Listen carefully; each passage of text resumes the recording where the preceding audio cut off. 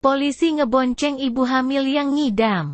Viral aksi kocak emak-emak hamil ngidam dibonceng polisi.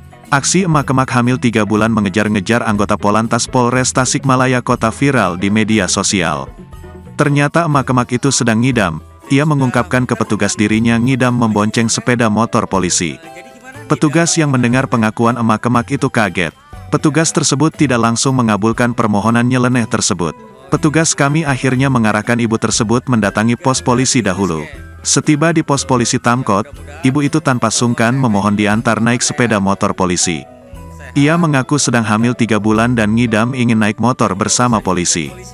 Sejumlah anggota Polantas yang ada di Tamkot merasa iba dan mengabulkan keinginan ibu tersebut.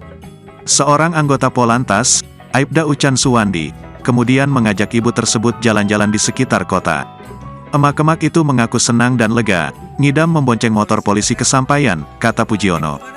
Setelah mengucapkan terima kasih, sambil berderai air mata senang, ibu itu akhirnya berpamitan.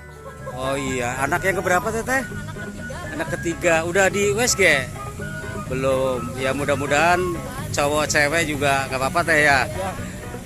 Sehat. Yang sudah bisa dibonceng polisi yang ngidam ya. Ya. Ya. Terima kasih sudah nonton. Jangan lupa like, subscribe, dan share ya.